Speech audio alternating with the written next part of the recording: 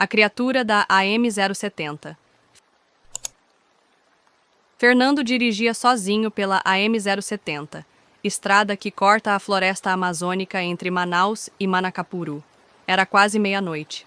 A lua mal iluminava o asfalto, e o breu da mata parecia engolir a rodovia.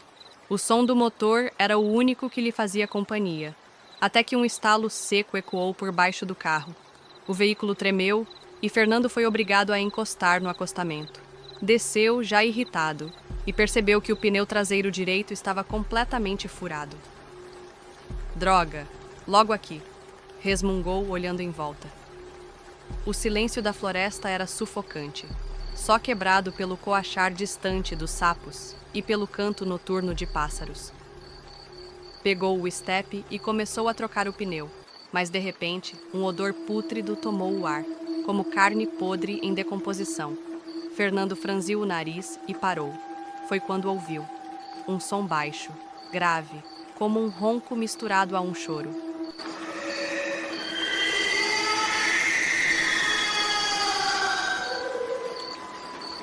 Ele ergueu a cabeça e mirou à beira da estrada. Os faróis do carro iluminavam parte da mata, e ali, entre as árvores, algo o observava. A princípio, parecia um homem. Mas quando a criatura saiu das sombras, Fernando percebeu que não era humano. Seu corpo era magro demais, ossudo, coberto de uma pele esbranquiçada que parecia colada aos ossos. O rosto não tinha olhos, apenas buracos fundos e escuros, como se tivessem sido arrancados. A boca, no entanto, era enorme, rasgada de orelha a orelha, e dela escorria uma saliva espessa que pingava no chão. O ser caminhava lentamente, apoiando-se em 4 membros, como se fosse um animal deformado. O coração de Fernando disparou. Ele tentou correr para dentro do carro, mas suas mãos tremiam tanto que deixou a chave cair no asfalto. Quando abaixou para pegá-la, ouviu o som do arrastar de unhas no chão. A criatura estava mais perto.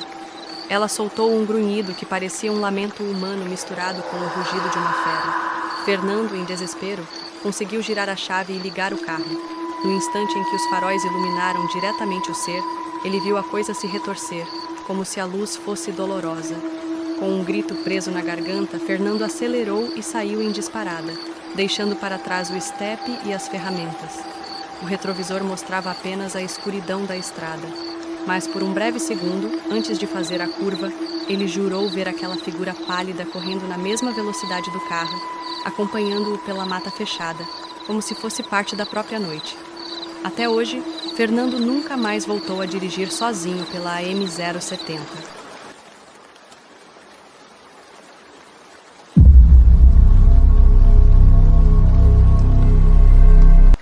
Dias depois do acontecido, Fernando ainda não conseguia dormir direito.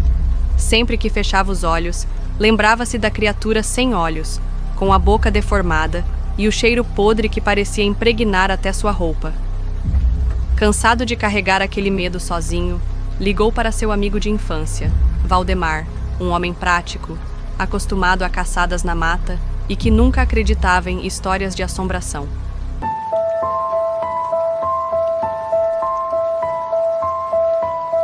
Cara, você precisa acreditar em mim, dizia Fernando com a voz trêmula. Eu vi alguma coisa naquela estrada. Não era humano. Aquilo me seguiu. Do outro lado da linha, Valdemar riu. Tu tá vendo muito filme, Fernando.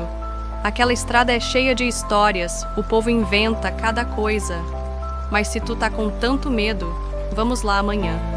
A gente olha esse trecho e tu vai ver que não tem nada. Fernando hesitou, mas aceitou. Talvez, com Valdemar ao lado, conseguisse enfrentar o que viu. Na noite seguinte, os dois estavam na AM-070, dentro da caminhonete de Valdemar. O relógio marcava 23 horas e 47 minutos, quando chegaram ao ponto onde Fernando havia parado da última vez. O carro de Valdemar iluminava a beira da mata. Fernando suava frio. Foi exatamente aqui. O pneu furou bem nesse ponto. Valdemar saiu do carro rindo. Eita, lugarzinho esquisito mesmo. Mas olha, não tem nada, só mato. Ele acendeu um cigarro e começou a andar em direção ao acostamento. Fernando ficou parado, olhando nervoso para o breu da floresta. Foi então que o vento trouxe novamente aquele odor pútrido, forte e sufocante. Fernando gelou. Valdemar, você tá sentindo? O amigo franziu a testa, tragou o cigarro e olhou em volta. Cheiro de carniça. Deve ter algum bicho morto aí no mato. Mas antes que terminasse de falar, um ronco gutural ecoou de dentro da floresta. O som fez até o cigarro cair da boca de Valdemar. Ambos se viraram na direção da mata. Entre as árvores, duas silhuetas se moveram. Não era só uma criatura. Eram duas. Elas saíram das sombras quase ao mesmo tempo. As mesmas figuras cadavéricas, ossudas, sem olhos, com bocas enormes que se abriam como feridas. As unhas arrastavam no asfalto, produzindo um som metálico que fazia arrepiar a espinha. Fernando recuou para dentro do carro. Eu disse que não era coisa da minha cabeça. Valdemar, incrédulo, puxou a espingarda que trazia na caminhonete e apontou. Seja lá o que for, não vai chegar perto da gente. As criaturas avançaram, se arrastando em 4 membros com uma velocidade sobrenatural. Os gritos que soltavam não pareciam de animais, mas de pessoas sendo torturadas. Valdemar atirou. O estampido ecoou na estrada, mas a bala só fez a criatura recuar por um instante. A segunda aproveitou para se lançar contra a lateral do carro, amassando a lataria com uma força absurda. Fernando acelerou em desespero, e Valdemar ainda com metade do corpo para fora, tentando atirar novamente. As luzes dos faróis mostravam as criaturas correndo lado a lado pela mata, acompanhando a caminhonete. E então, como se obedecessem a algum instinto, as duas pararam abruptamente no escuro, sumindo entre as árvores. Ofegante, Valdemar se jogou de volta para dentro do carro. Estava pálido, suando. Fernando, o que é isso, cara? Isso não é coisa dessa terra. Fernando apenas acelerava, sem coragem de olhar no retrovisor. E naquele silêncio, os dois sabiam. Aquelas criaturas não tinham apenas atacado por acaso. Elas estavam esperando. Depois daquela noite, Fernando e Valdemar passaram dias sem falar com ninguém sobre o que tinham visto. Ambos sabiam que ninguém acreditaria, mas no fundo, os dois estavam obcecados. Valdemar foi o primeiro a quebrar o silêncio. Cara, a gente não pode fingir que nada aconteceu. Aquelas coisas estavam esperando como se soubessem que alguém ia passar ali. Isso não é normal. Fernando, ainda abalado, concordou. Então vamos descobrir o que diabos está acontecendo nessa estrada. Na semana seguinte, eles voltaram para Manacapuru. Pararam em bares de beira de estrada, conversaram com motoristas de caminhão, moradores antigos. No início, todos negavam, mudavam de assunto ou riam. Mas, com algumas cervejas, as histórias começaram a surgir. Um idoso, conhecido apenas como Seu Antero, revelou algo perturbador. Essas aparições não são de hoje, não. Desde a década de 80 já se fala de os sem olhos. Gente que sumia na estrada, carros abandonados. O povo acredita que são espíritos de pessoas que morreram em rituais antigos, jogados na mata sem sepultura. Dizem que eles ficaram presos entre o mundo dos vivos e o da morte. Fernando gelou. Espíritos? Aquilo parecia carne e osso. Seu Antero coçou a barba grisalha. Nem tudo que parece vivo é, nem tudo que morre descansa. Valdemar, desconfiado, insistiu. E por que aqui, nesse trecho da estrada? O velho baixou a voz. Porque a AM-070 foi construída em cima de antigos cemitérios indígenas. Quando abriram a mata, mexeram em coisas que não deviam. Teve muito corpo removido à força, ossos espalhados, rituais quebrados. Essas criaturas, se são o que eu penso, são a fúria daqueles que foram profanados. Naquela noite, de volta ao carro, Fernando não conseguia tirar as palavras do idoso da cabeça. Valdemar, e se não tiver como matar essas coisas? E se elas não forem só bichos, mas maldições? Valdemar, sério, pela primeira vez, respondeu. Então a gente vai ter que descobrir como quebrar isso. Foi nesse momento que os dois notaram algo estranho. Na carroceria da caminhonete, havia marcas profundas de unhas. como se as criaturas tivessem tentado entrar. Mas uma marca específica chamou a atenção. Um símbolo gravado, feito de arranhões circulares, que formavam algo parecido com um olho atravessado por uma linha.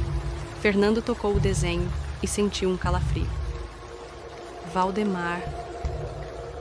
Eu acho que elas deixaram isso de propósito. Valdemar engoliu seco, como se fosse um aviso ou um convite. Os dois se entreolharam em silêncio, sabendo que, de alguma forma, estavam sendo marcados, e que a próxima vez que andassem pela AM-070, as criaturas já estariam esperando por eles.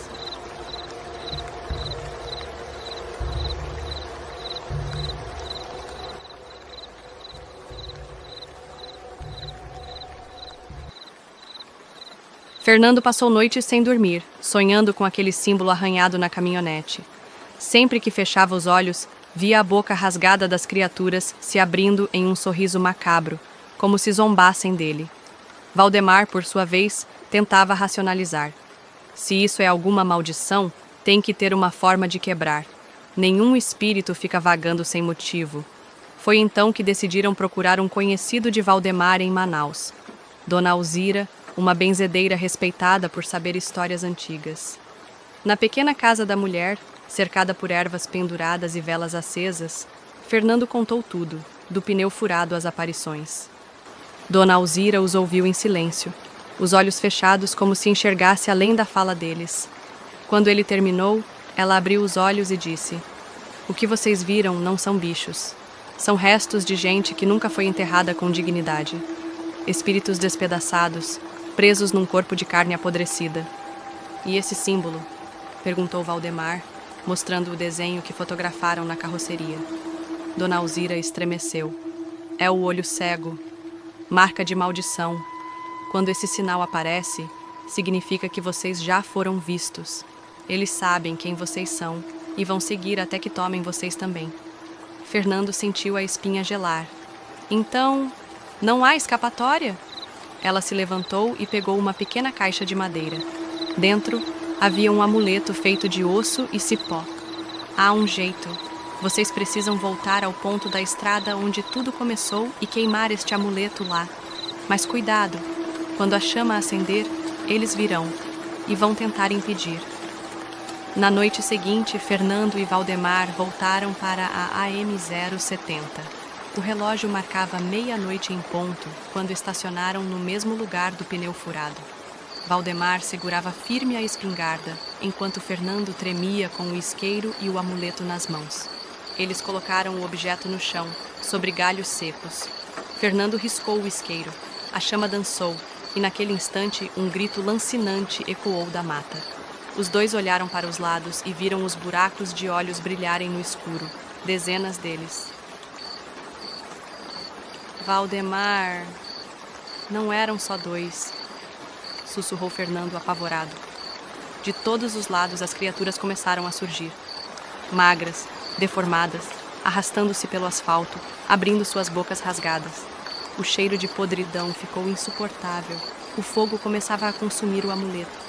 As criaturas urravam como se estivessem sendo queimadas junto com ele, mas uma delas avançou em disparada contra Fernando, que caiu no chão, o isqueiro rolando para longe. Valdemar atirou, mas a criatura se contorceu e caiu sobre ele. Outra já vinha logo atrás. E, em meio à luta desesperada, Fernando viu o amuleto quase apagando, as chamas vacilando. Se o fogo se apagasse, tudo estaria perdido. Fernando lutava para alcançar o isqueiro caído no asfalto, enquanto a criatura sem olhos se arrastava sobre ele, a boca escorrendo saliva fétida que pingava em seu rosto.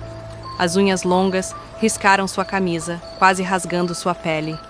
Valdemar, preso debaixo de outra criatura, gritava, tentando segurar a espingarda como um escudo. "Fernando, acende essa porra, agora!" Com todas as forças, Fernando esticou o braço e conseguiu segurar o isqueiro. Ele arrastou o corpo até a fogueira quase apagada e riscou a pedra. A primeira faísca falhou, a segunda também. A criatura em cima dele abriu a boca como se fosse engoli-lo inteiro. Na terceira tentativa, a chama surgiu. Fernando encostou no amuleto, reacendendo a fogueira. No mesmo instante, uma onda de calor e um urro coletivo ecoaram pela floresta.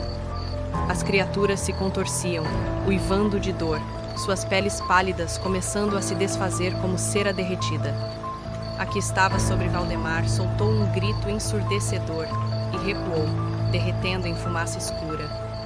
Fernando, chorando de medo e alívio, manteve o fogo vivo até o amuleto ser consumido por completo.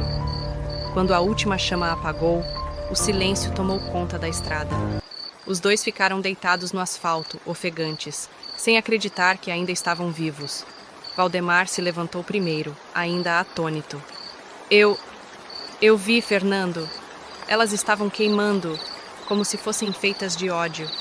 Fernando, trêmulo, encarava a escuridão da floresta. Será que acabou? Valdemar não respondeu. Apenas olhou para o símbolo arranhado na carroceria da caminhonete. Agora, ele estava coberto de uma mancha escura, como sangue queimado. E foi então que ouviram. Um sussurro baixo, vindo de dentro da mata. Ainda vemos vocês. As vozes não eram de uma criatura. Eram muitas. Um coro. Fernando e Valdemar se entreolharam, pálidos. Talvez o ritual tivesse enfraquecido os seres, mas não os destruído.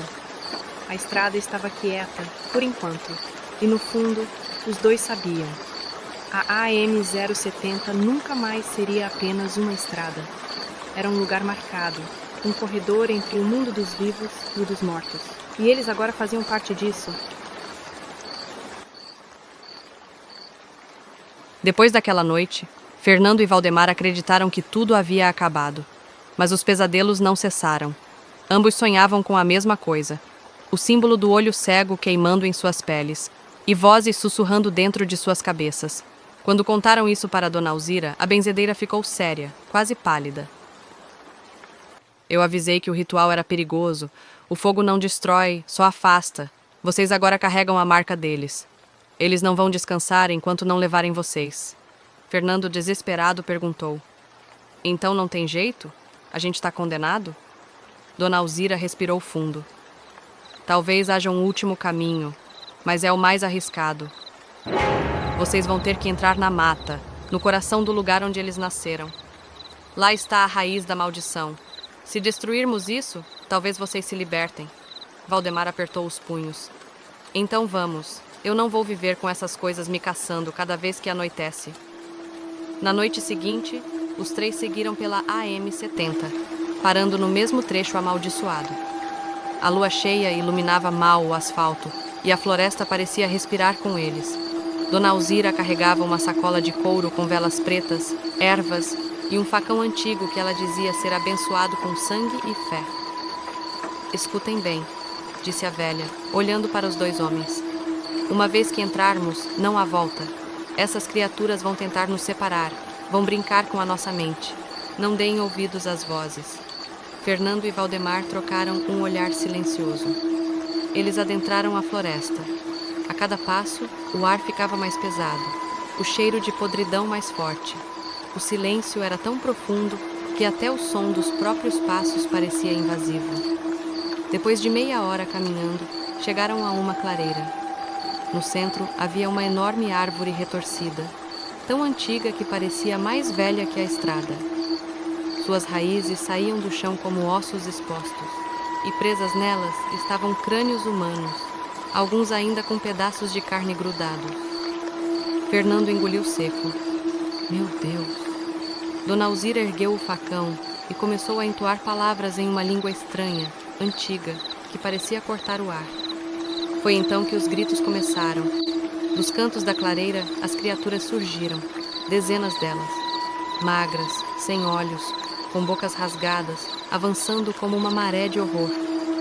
Valdemar disparava com a espingarda, mas elas não paravam. Fernando brandia um galho em chamas, tentando afastar as que chegavam perto. Dona Alzira, firme, cravou o facão no tronco da árvore. A madeira gretou, soltando um líquido escuro como sangue. As criaturas urraram em uníssono, como se estivessem ligadas àquele ser. Segurem eles! Gritou a benzedeira. Eu preciso cortar o coração dessa maldição! Enquanto Fernando e Valdemar lutavam, uma criatura maior que as outras surgiu, Seu corpo era gigantesco, feito de ossos e pedaços de carne podre, e no rosto havia vários símbolos do olho cego. Era o guardião da árvore. Com um rugido, a monstruosidade avançou contra Dona Alzira. Valdemar tentou atirar, mas a arma falhou. Fernando, em puro instinto, correu e se jogou contra o monstro, sendo arremessado ao chão. O impacto quase o deixou inconsciente. Dona Alzira, aproveitando a distração, levantou o facão e gritou com uma voz que não parecia humana: "Queimem no fogo da terra e no nome dos que foram esquecidos." Ela cravou a lâmina fundo no tronco. A árvore explodiu em chamas negras e o grito das criaturas ecoou como um trovão que sacudiu a floresta. O guardião urrou, se desfazendo em cinzas diante deles. Uma onda de energia atravessou a clareira e, por um instante, tudo ficou em silêncio. Fernando abriu os olhos devagar. As criaturas haviam sumido. A floresta estava quieta novamente. Dona Alzira, exausta, caiu de joelhos. "Está feito." Valdemar ajudou a velha a se levantar, enquanto Fernando olhava para o que restou da árvore. Apenas cinzas, e no meio delas, o símbolo do olho cego queimado no chão, se apagando lentamente. Mas antes que pudessem respirar aliviados, uma rajada de vento frio percorreu a clareira, e uma voz sussurrou, bem perto do ouvido de Fernando: "Vocês cortaram a raiz, mas a sombra ainda cresce."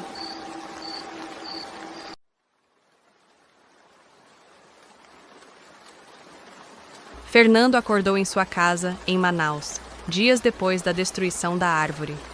Ainda tinha o corpo dolorido, mas o pior era o silêncio. Pela primeira vez em semanas, não sonhou com bocas rasgadas ou olhos vazios. Por algumas horas, acreditou que estavam livres. Até que, ao escovar os dentes, notou algo estranho no espelho.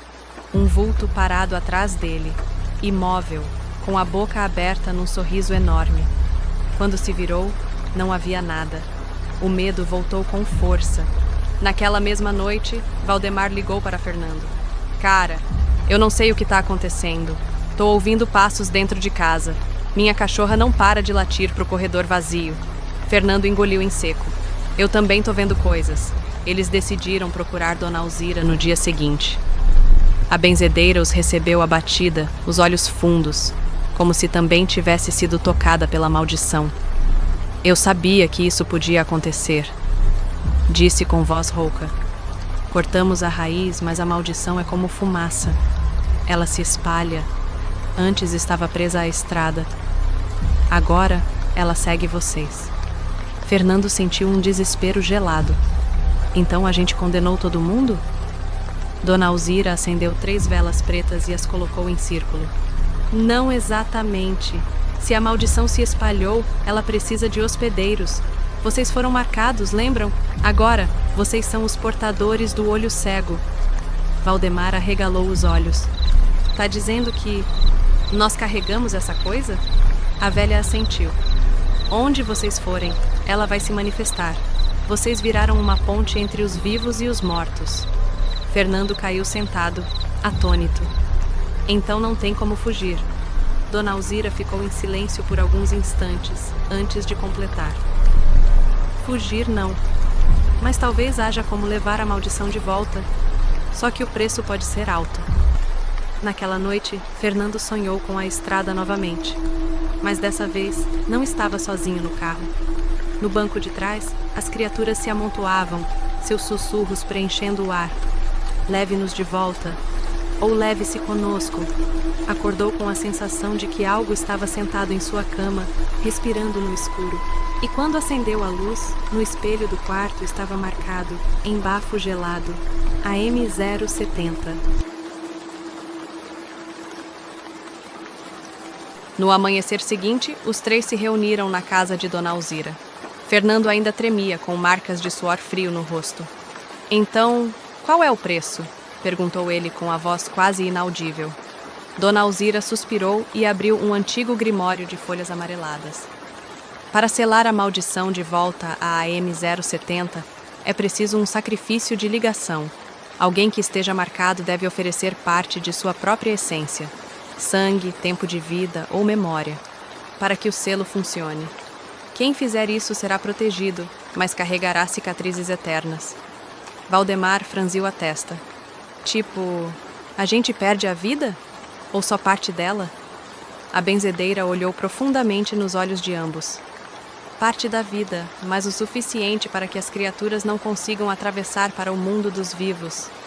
Quem fizer o sacrifício ficará marcado para sempre, e a maldição ficará presa de novo. Fernando engoliu em seco. E se ninguém fizer?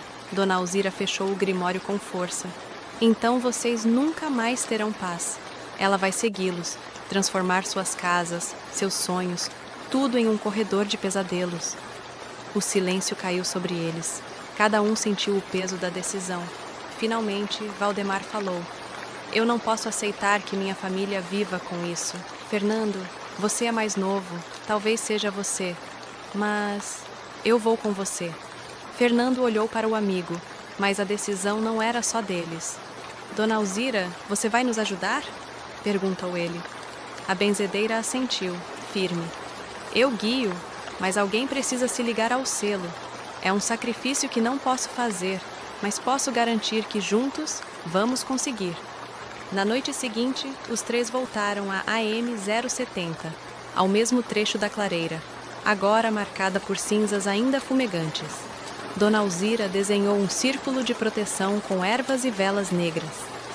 Fernando segurava o amuleto queimado, agora coberto de símbolos antigos, que só Dona Alzira sabia decifrar. Valdemar segurava a mão do amigo, pronto para qualquer coisa. Dona Alzira começou o canto antigo, e as árvores ao redor começaram a sussurrar, como se a floresta estivesse viva. Agora o preço deve ser pago, disse ela, olhando para Fernando e Valdemar. O ar ficou pesado, e as sombras começaram a se formar, lentamente tomando forma das criaturas que conheciam tão bem. Fernando respirou fundo.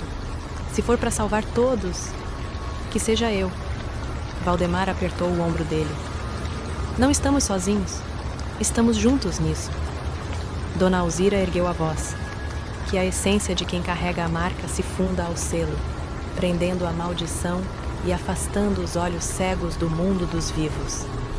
Uma onda de luz negra e vermelha explodiu na clareira, engolindo as criaturas. Elas gritaram em uníssono, tentando escapar, mas o círculo de proteção as manteve presas. Fernando sentiu uma dor intensa no peito, como se parte de sua própria vida estivesse sendo sugada para a terra. E então, tudo parou. As criaturas sumiram. O cheiro pútrido desapareceu. A clareira estava quieta novamente, mas Fernando, olhando para as mãos, viu que sua pele agora tinha marcas do olho cego, finas e negras, pulsando levemente como se respirassem junto dele. Valdemar, ao lado, tinha pequenas marcas também, como cicatrizes em sua carne. Funcionou, disse ele, surpreso. Dona Alzira suspirou, aliviada. Vocês pagaram o preço. Agora a maldição está selada novamente. Mas lembrem-se, as marcas não são apenas lembranças. Elas são avisos. Vocês carregam o selo para sempre. Fernando olhou para a estrada que se estendia à frente, silenciosa e calma, e percebeu que nunca mais poderia ignorar os sussurros da AM-070. Eles venceram a batalha, mas a guerra contra a escuridão nunca acaba completamente. Anos se passaram desde que Fernando, Valdemar e Dona Alzira selaram a maldição na clareira da AM-070. A estrada continuava tranquila à primeira vista, mas aqueles que conheciam a história sabiam que o perigo nunca desaparece completamente. Fernando nunca mais dirigiu à noite sozinho. Suas mãos ainda carregavam as marcas do olho cego, finas e negras, pulsando suavemente como se tivessem vida própria. Às vezes, em silêncio, ele jurava ouvir sussurros vindos do nada, alertas de que algo o observava. Valdemar, que havia recebido cicatrizes mais discretas, notava mudanças em seu corpo, sonhos perturbadores, dores repentinas e a sensação constante de que era seguido, mesmo durante o dia. As criaturas não estavam mais na estrada, mas pareciam seguir cada movimento dele, esperando o momento certo para surgir. Dona Alzira, agora mais velha, dizia sempre: "Vocês venceram a raiz, mas nunca a sombra.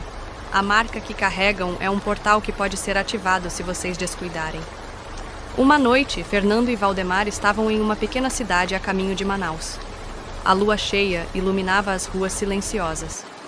Foi quando Fernando notou algo. No reflexo da vitrine de uma loja, ele viu uma figura pálida, sem olhos, com a boca rasgada, parado atrás de Valdemar. Valdemar, sussurrou gelando. Quando Valdemar se virou, a criatura havia desaparecido, mas um cheiro pútrido invadiu seus narizes. Ambos entenderam. A maldição ainda existia, agora mais sutil, perscrutando-os através das marcas. Mesmo longe da estrada, a AAM 070 estava dentro deles. A floresta e seus horrores não eram mais apenas uma lembrança, eram uma presença constante. Fernando tocou a marca em seu braço. Parece que nunca vamos nos livrar disso totalmente. Valdemar assentiu, olhando para a cidade silenciosa à frente. Mas pelo menos sabemos que podemos lutar, que podemos sobreviver. No entanto, enquanto caminhavam, sombras começaram a se mover nas ruas, sussurros frios serpenteando pelos becos. A marca pulsava, lembrando-os que, mesmo anos depois, a maldição não dormia. E na escuridão, uma voz familiar sussurrou: "Estamos esperando." Fernando e Valdemar apenas seguiram em frente, sabendo que a batalha havia sido vencida. Mas a guerra contra a escuridão nunca realmente termina.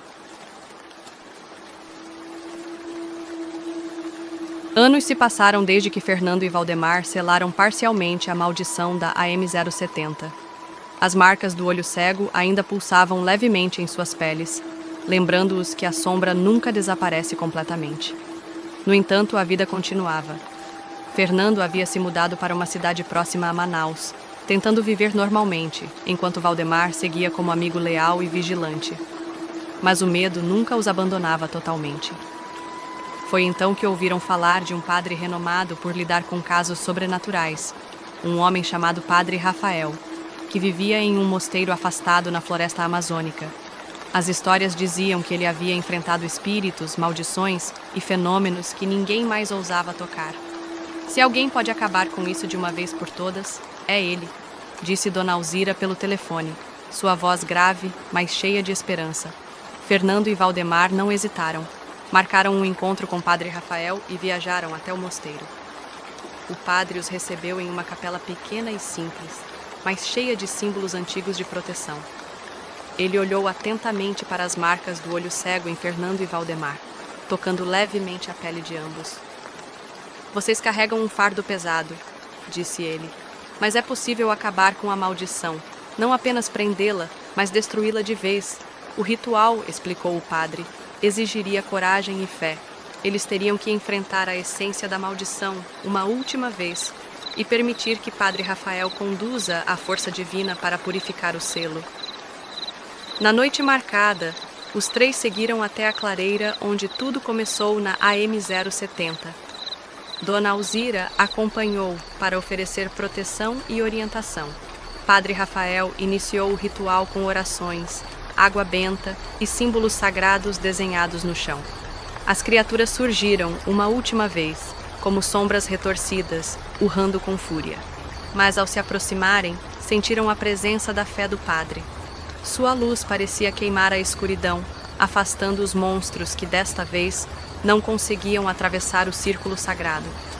Fernando e Valdemar, segurando as mãos um do outro, sentiram uma dor intensa quando a energia da maldição foi sugada para o céu, purificada pelo poder divino. As marcas do olho cego começaram a desaparecer, lentamente, até sumirem completamente. Quando o último grito ecoou e o silêncio voltou à floresta, todos respiraram aliviados. Padre Rafael olhou para Fernando e Valdemar com um sorriso calmo. "A maldição acabou. Vocês carregaram o peso, mas não mais. Agora estão livres." Dona Alzira sorriu, emocionada, e Fernando sentiu uma paz que não sentia há anos. Pela primeira vez desde o incidente, a estrada da AM 070 parecia apenas uma estrada, sem sombras, sem sussurros. Alguns dias depois, Fernando e Valdemar voltaram à cidade, aliviados e sorrindo. Não havia mais medo constante, nem pesadelos intermináveis. Podiam finalmente viver suas vidas sem a presença da maldição. Enquanto olhavam para a floresta distante, Fernando disse: "Nunca mais vou esquecer, mas agora podemos seguir em frente." Valdemar assentiu. É isso.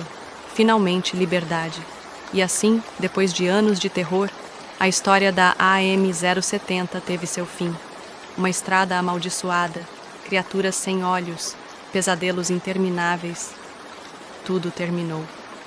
Fernando, Valdemar e Dona Alzira seguiram suas vidas, conscientes de que a coragem, a amizade e a fé haviam vencido a escuridão. O sol brilhou mais forte naquela manhã e o futuro finalmente parecia seguro.